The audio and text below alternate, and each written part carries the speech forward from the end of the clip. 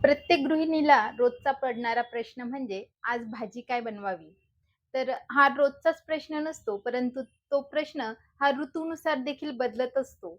तर ऋतूमध्ये ठराविक भाज्या खाल्ल्यामुळे त्याचे गुणधर्म आपल्याला मिळतात किंवा चुकीच्या भाज्या खाल्ल्यामुळे त्याचा परिणाम आपल्या आरोग्यावर देखील होऊ शकतो.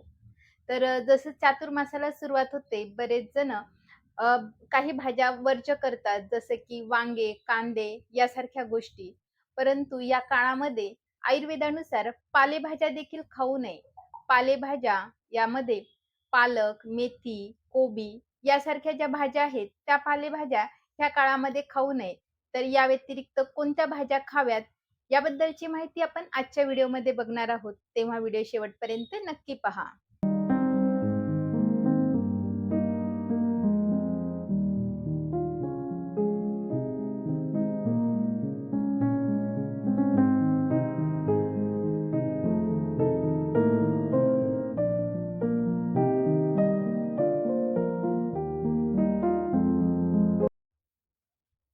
नमस्कार, मी डॉक्टर सविता लांजेवार. माझ्या डॉक्टर सविता व्लॉगमध्ये तुम्हा सर्वांचं पुन्हा एकदा स्वागत आहे. जेव्हा पावसाळ्यामध्ये पाऊस पडतो, तेव्हा जी जमीन असते ती आम्लविपाकी होते. त्यामध्ये आम्ल गुणधर्म वाढलेला असतो. वर्षा ऋतू हा वात प्रकोपाचा काळ आहे आणि त्यानंतर येणारा जो शरद ऋतू आहे, तो पित्त प्रकोपाचा काळ आहे. तर वर्षा ऋतूमध्ये वात प्रकोप झालेला असतो आणि चा संचय व्हायला सुरुवात होते आणि जर तुम्ही आपल्या खाण्यापिण्यामध्ये बदल केले नाही किंवा ज्या गोष्टींमुळे पित्त वाढतील किंवा वात वाढेल अशा गोष्टींचं जर सेवन केलं, तर त्याचा प्रभाव आपल्या आरोग्यावर होतो. तर वाताचे दुखणे यामध्ये होऊ शकतात किंवा पित्ताचा संचय काळ आहे, त्यामुळे जर पित्त आपल्या शरीरामध्ये साठून राहतं आणि पुढे येणारा जो शरद ऋतू आहे, त्यामध्ये आपल्याला प्रकोपाच्या ज्या समस्या असतात, पित्ताचे जे विकार असतात, ते होण्याचे चान्सेस जास्त असतात. तर म्हणून आपण आपल्या आहारामध्ये ह्या काळामध्ये जे बदल आहेत ते घडवून आणणे गरजेचं आहे. तर ह्यामध्ये आपण रोजच्या ज्या भाज्या आहेत, त्यामध्ये कोणत्या भाज्यांचा समावेश करावा? तर वेलीवर येणाऱ्या सर्व प्रकारच्या भाज्या तुम्ही ह्या काळामध्ये खाऊ शकतात.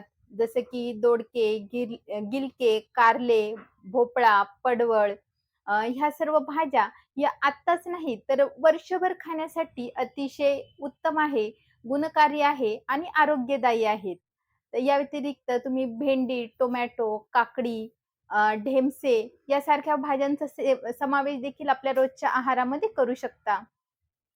पावसाळ्यामध्ये आपला जो अग्नी असतो, जाठराग्नी, पचनक्रिया ही मंदावलेली असते, थोडीशी कमी झालेली असते आणि ह्या ज्या भाज्या आहेत, फळभाज्या त्या म्हणजे गुणकारी तर आहेत, परंतु अग्निदीपन करणाऱ्या, भूक वाढवणाऱ्या देखील आहेत.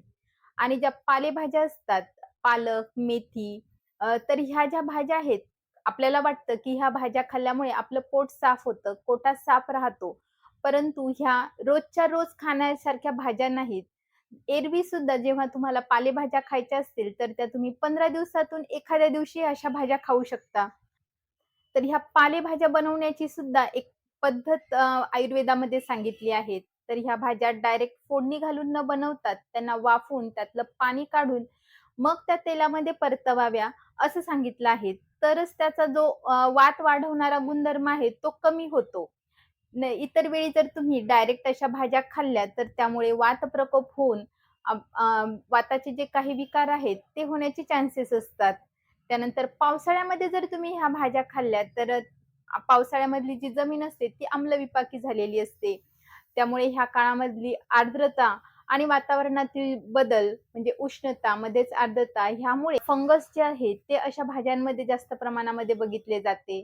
तर ह्या काळामध्ये पावसाळ्यामध्ये जर तुम्ही पालेभाज्या खाल्ल्या, तर त्याचा दुष्परिणाम आपल्या शरीरावर होऊ शकतो. यामुळे पोट दुखणे, जुलाब होणे, उलट्या होणे यासारख्या समस्यांना सामोरे जावं लागू शकते. तर ह्या फळभाज्यांच्या व्यतिरिक्त तुम्ही पावसाळ्यामध्ये येणाऱ्या रानभाज्यांचा समावेश आपल्या आहारात करावा. तर ह्या ज्या रानभाज्या आहेत, तर त्या इतर ऋतूंमध्ये आपल्याला मिळत नाहीत आणि म्हणून ह्या पावसाळ्यामध्ये येणाऱ्या सर्व प्रकारच्या रानभाज्या तुम्ही खाव्या. तर यामध्ये तांदूळजा, जी विषग्न म्हणून आयुर्वेदामध्ये सांगितली आहे.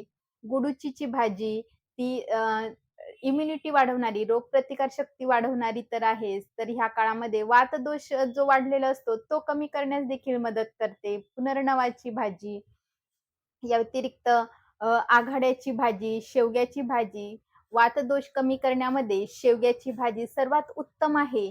जर तुम्हाला वाताचे दुखणे चालू झाले असेल, संधिवात झाला असेल, तर तुम्ही शेवग्याच्या भाजीचा समावेश आपल्या आहारामध्ये करावा. अशाच प्रकारे चाकवत, करटोली, वाघाटी, टाकळ्याची भाजी, चिवळीची भाजी यासारख्या भाज्यांचा देखील तुम्ही समावेश आपल्या आहारामध्ये करावा. भुईआवळ्याची भाजी, भारंगीची भाजी. भारंगी ही कफदोष कमी करण्यासाठी अतिशय उत्तम आहे. त्यानंतर बांबूचे कोंब त्याची सुद्धा भाजी बनवली जाते. या सर्व भाज्यांचा समावेश तुम्ही ह्या काळामध्ये आपल्या आहारामध्ये ठेवावा. म्हणून ह्या काळामध्ये तुम्ही आधी सांगितलेल्या ज्या भाज्या आहेत, त्या भाज्यांचं सेवन करा. स्वस्थ खा, मस्त रहा, आयुर्वेदाला जवळ करा. थँक